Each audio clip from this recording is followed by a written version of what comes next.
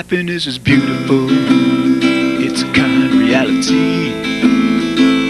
Happiness is the highest good, happiness is free. So let's be so very happy. Yeah, let's be so very happy.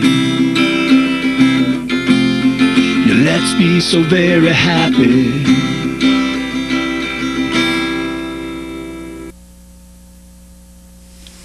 Welcome to the Happiness Show. This is George Ortega. I'm here with Lionel Ketchen, and we're here to talk about happiness because happiness is, always has been, and always will be the point of it all.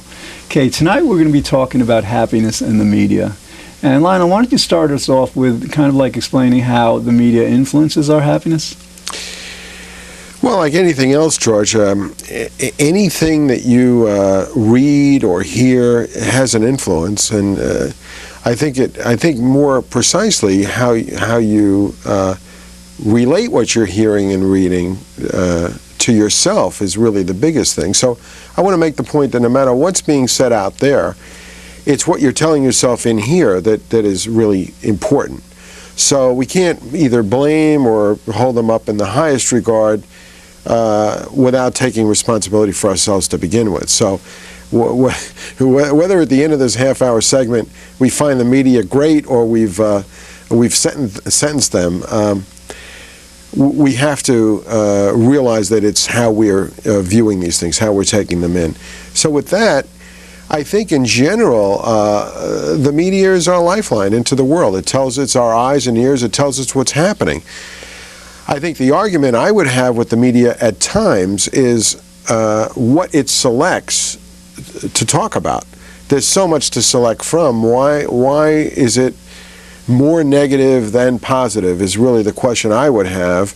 And I've heard all the stories about, well, if you just had positive, it just wouldn't come across. That may or may not be true, but certainly all negative really wears you down. And I've been meeting an awful lot of people lately that say they just don't listen to the news anymore because it just beats them into feeling pretty depressed because they don't know what to do with this information that they've been overloaded with. So with that, it's probably something I have to wait. We'll talk further about the media because I'm sure you have some ideas on what you think. Yeah, I'm thinking, to begin with, in a certain sense, the reason why the media is so influential is like the average person spends at least 4 hours behind a television set every day.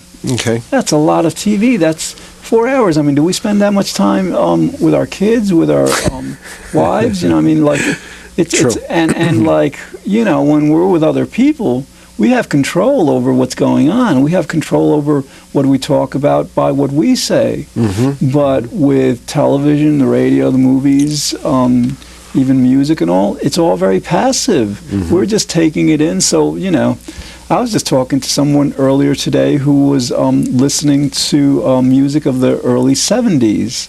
And it's good music, but she was relating to me how depressing it was that after a while she realized that, wait a minute, this is good, but it's just not making me feel that great. So yeah, I think in a sense, the media is influencing us greatly because we spend so much time passively taking it in. Yeah, well, as far as the music, I must relate that for the Happiness Club, we were looking for some songs, and we had to go back to World War II to find positive songs. What were some of the songs? But anyway, there wasn't a whole lot of positive words in songs in the past 40 years or so. Had to go back 50 and 60 years ago. I don't know why that is, but it just seems to be that way. That's a good point. Because we want to address not just what the media is doing wrong in terms of our happiness, but what it's doing right or has done right in the past. Okay. And you're right. I think in generations, in decades before, there was more positivity. There was perhaps less anger. As the media evolved, producers and writers wanted to just kind of like be more on the edge, be more provocative, be more sensationalistic, so that the way they went is to become more negative. Yeah. it's unfortunate. But let's because we're gonna spend some time. We're gonna spend a lot of time kind of like addressing how the media is harmful to our happiness. Let's, before we do that, talk a bit about how it is helpful to our happiness. Well, I can relate an experience personally. This is leap year, 2004. 4 years ago, the year 2000. On February 29th, I was on the front cover of the Connecticut newspaper, the Connecticut Post, and the reason I was on there, it was because of the Happiness Club that I had just basically started 1 month before, January 2000, and they devoted the entire front page to only positive news. One day out of 4 years, they thought they would just slant the news all positive. I think that's great, especially since I was on the front cover, a picture of me. That was nice. Personally, I don't have to be on the front cover, of course, but personally, I would love to see more positive news make the cover. I think sometimes it does, but that's just my opinion, because I love reading about that. It's great, it's great to hear some positive. Today, I think I saw on television that they found a beagle that they thought was dead, and the sanitation guy thought it hurt it breathing, and then they brought back this beagle puppy, and it's fine and alive and well. That was great news. I liked hearing it. Does it mean a whole bunch? I don't know. It made me feel good, and I enjoyed it. I think more positive news makes us healthier. I think it makes us feel better. I think it encourages us to feel like human beings. I think the biggest problem with negative news is that we don't know what to do with it, and it puts us in a pretty disempowering state. And if you're already overloaded with some problems, tough decisions, some personal situations in your life, negative news could be overwhelming. Right, all right, but I'm going to stick a bit more to the positive part, what positive. they're doing right, because we are going to get into, into the negative. We're on the air. That's positive. That's media. What happens is, fortunately, the media is not just news. Fortunately, there's a lot of sitcoms. I only watch 2 shows. I know you watch Seinfeld. I watch Seinfeld and this show. And Seinfeld is hilarious. I mean, here is a show that shows people going through life situations. Very many of them aren't very pleasant or comfortable and all, but they give it a humorous twist. They give it a way to enjoy whatever happens, seeing it from the right perspective. Okay. So in terms of what media does that's right, I think that's key. They can present, at their best, they have, they're great role models. They present great role models for us to follow. We see people, let's say, that we're not familiar with, let's say of different lands, that we're not, let's say Asians, and maybe we have very little contact with. On TV, we'll see Asians and Europeans relating, or different, we see old people and young people relating, rich and poor and all, in healthy ways. And sometimes, it just brings the world together like that. It just shows us that, regardless of the differences that we have, we are all one. And because a lot of times our personal experience doesn't bring us into contact, like, for example, with people from the Middle East or different parts of the world. But the media brings us there and just shows us, just demonstrates to us that, we're all, part of this one humanity. Well, I don't know if that's the media as much as it might be National Geographic or something like that. But if you want to, encompass them in the whole, when I think of the media, I guess I think of newspapers and hardline news and things like that. But if you want to consider all of it, then you're talking about the movies we go see and everything else, right? Oh yeah, that's the media, sure. The movies, sitcoms. I mean, fortunately, like the news will occupy from 4 o'clock to 7, and maybe from 10 to 11:30. Fortunately, most of it isn't. At least on TV, and then. Of course, the print media, you've got the newspapers, then you have all these great magazines, magazines on bodybuilding, that's on everything. Sure, yeah.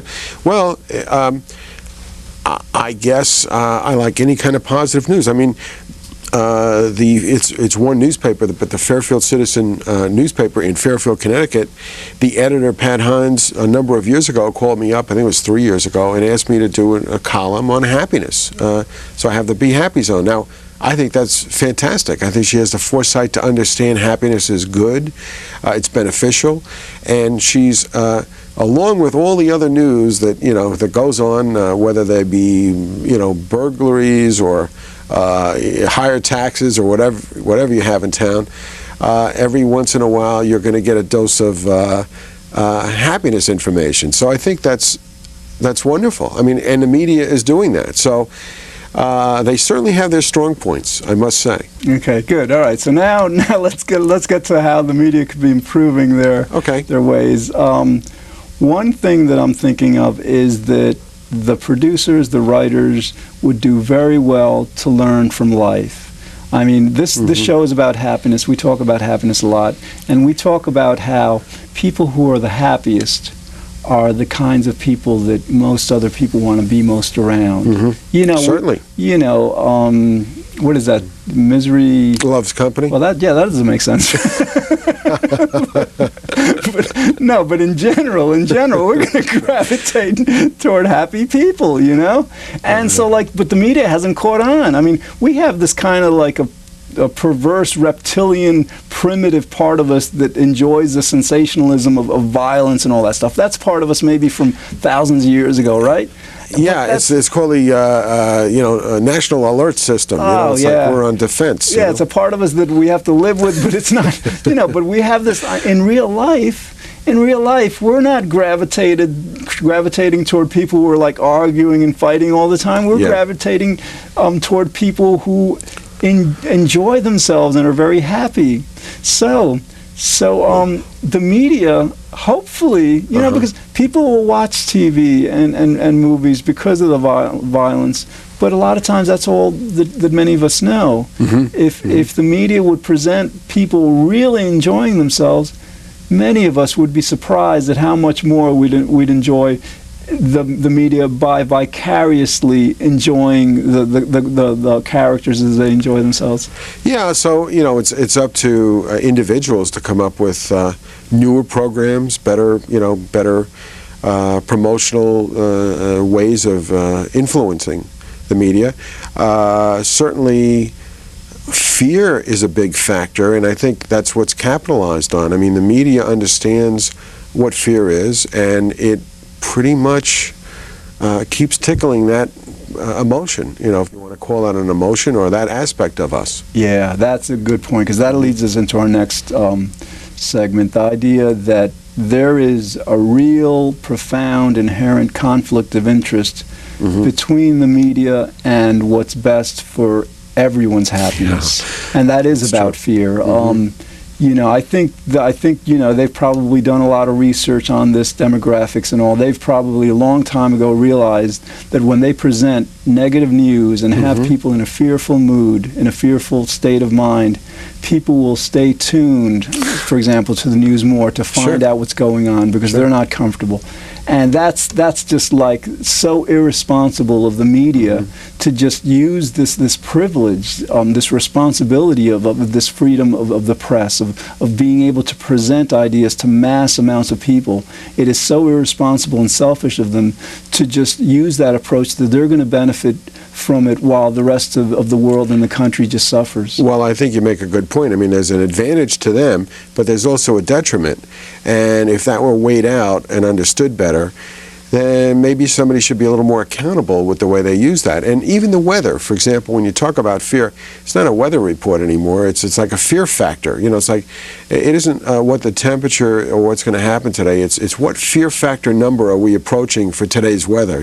And you better stay tuned or you could die if you don't listen to the weather. And it gets a little out of hand because it's really playing on humans' sensitivities to being careful, so it's taken to another level, and I don't think that's really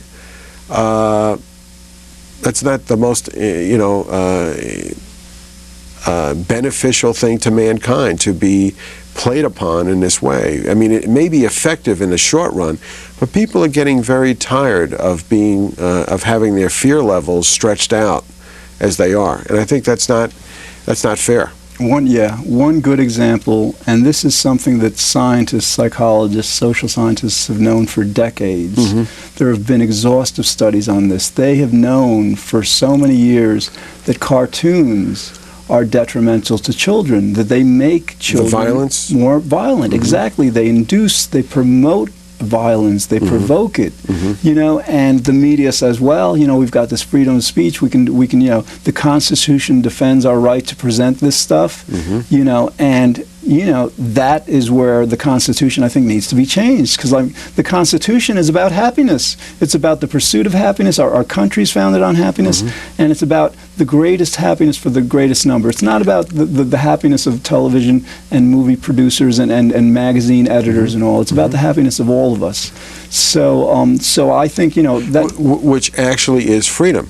You know, and when there's fear introduced, I think it erodes our freedom. Actually, we lose our freedom by more and more fear being introduced to our thinking. Yeah, all right. That brings us to the next consideration. Well, if the media is just not fulfilling their responsibilities, if they're acting in such a selfish way and adversely affecting so many of us, what can we do about it? Well, the obvious answer is you just turn off, you know, or change the station. You have that choice. You have the choice to turn it off, do something else.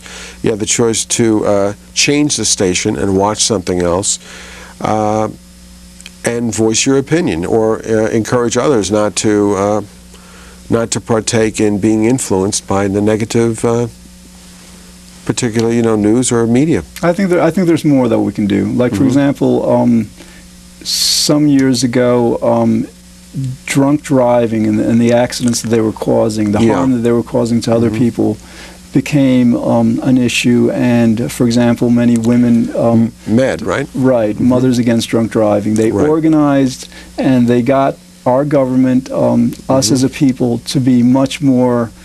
proactive, vigilant. I guess, Proactive, vigilant, you know, punitive against offenders and all. And they just, and this is exactly what we need to do with the media. It's a good point. Again, this, they have perverted and totally misused their privilege of freedom of the press. And to the extent that that could be documented, like with violence and cartoons, violence and video games, that should be the starting point and the ground point for legislation to overturn that freedom.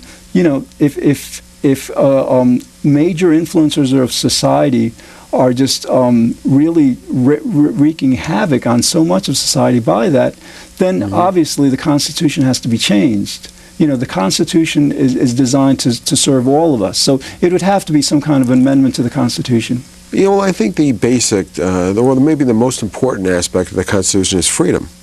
So then the question lies, you know, where is freedom restricted and where is it, you know, imposed? And it gets difficult to try to find the parameters of how to deal with this kind of thing.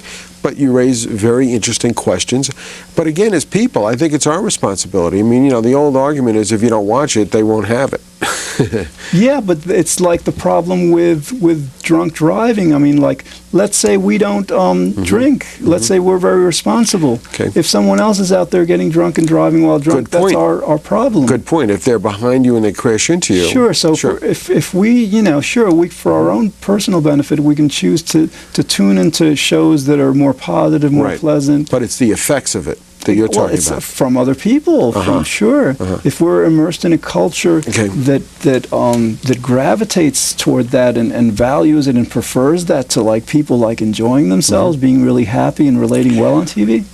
You know, here's what I think. I think that if you don't understand happiness, if you don't live with happiness as a part of your day, if it's not part of your paradigm in life, then you know what you're going to substitute for happiness, and maybe the reason that the media has their field day, you're going to substitute drama.